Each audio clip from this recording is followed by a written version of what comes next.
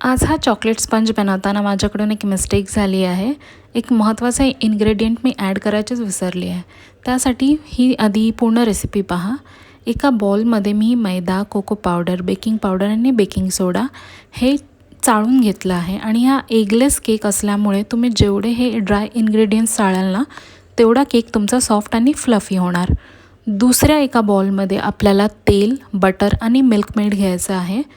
हे छानपैकी एकदम विस्क करून घ्या आणि ह्याचे सगळे तुम्हाला मेजरमेंट्स मी डिस्क्रिप्शन बॉक्समध्ये दिले आहेत, तर ते एकदा चेक करून घ्या.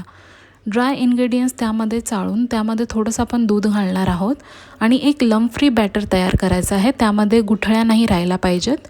एकदम स्मूथ बॅटर तयार करून मी हे गॅसमध्ये बेक केलं आहे.